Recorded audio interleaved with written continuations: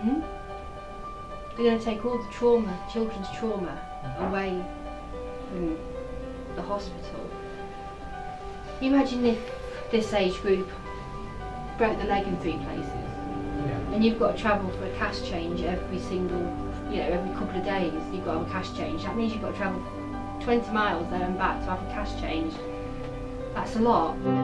We hear of hospitals from across the country that are failing to provide the kind of service that is expected of them and are facing huge financial problems.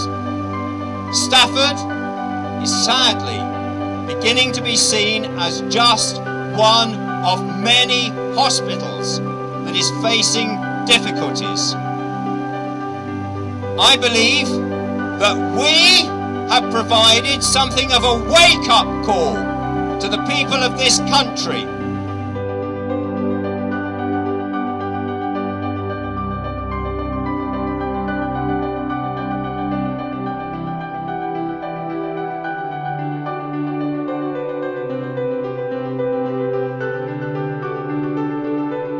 It was the 25th of January 2012. I went to work, got up just like any other day. My daughter had started university on that day and came to meet me to tell me how it had gone. I went outside to speak to her, said I felt a bit peculiar, no other symptoms, so I think I'm going to faint, and I think that's when I hit the ground and died basically on the pavement. I was lucky because the paramedics were only around the corner. I guess if things change and ambulance services have to drive further, then that could really impact on somebody like me, because they were there within 3 minutes. I think 95% of people who have a sudden cardiac arrest outside hospital don't survive. Only 3% survive with their brain intact, and luckily mine is. Somebody might argue that, but it is. I really don't remember very much then until I woke up in critical care. The doctor started talking about moving a tube, and that Mum had got a pulse, and it took a while for us to realise that he meant that it was actually now that she'd got a pulse. So then sort of the next couple of days was a lot of waiting and praying and hoping that Mum would make it. I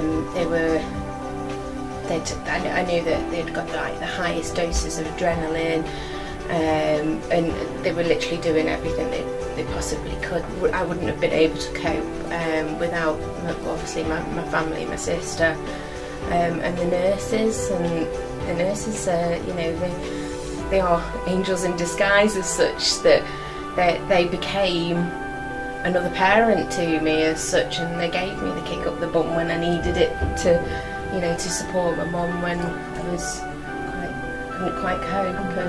And I think it's that extra mile, isn't it, that especially the people on CCU went to make sure the family were cared for, weren't they, and looking after you, because I know that from what you tell me that you couldn't even come near the bed because you were just I was so scared that I would show my mum the worry, and that would have an impact on her, that it made you more ill, or something. But I can honestly say I could actually see the difference. I was on 3 different wards within the hospital. You could see how hard they'd worked to turn it around.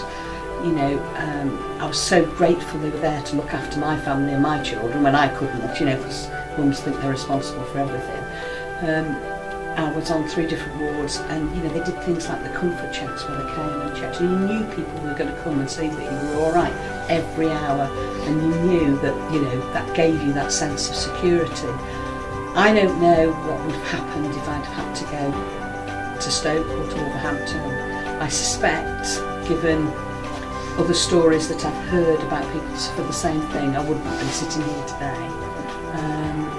And that's one of the reasons why I marched for Stafford, because I could. It saved the life of my daughter when she had her son, the daughter, she had my grandson. And I'm just full of admiration for some of the things they do. I think also the West Midlands Ambulance Service, I worry about the pressure on them, because I think about the paramedics that saved my life, and they went the extra mile for me. They put Francis talked about candor, didn't he, having candor and reporting what was going wrong. They argued, in my effort to support me, to make sure I had the best care that I possibly could, and I think that and some of the nurses in A&E really did work hard to make sure I did survive against. And saw the individual rather than a patient, I think. The present NHS system is not working, and A&E units across the country are under intense pressure.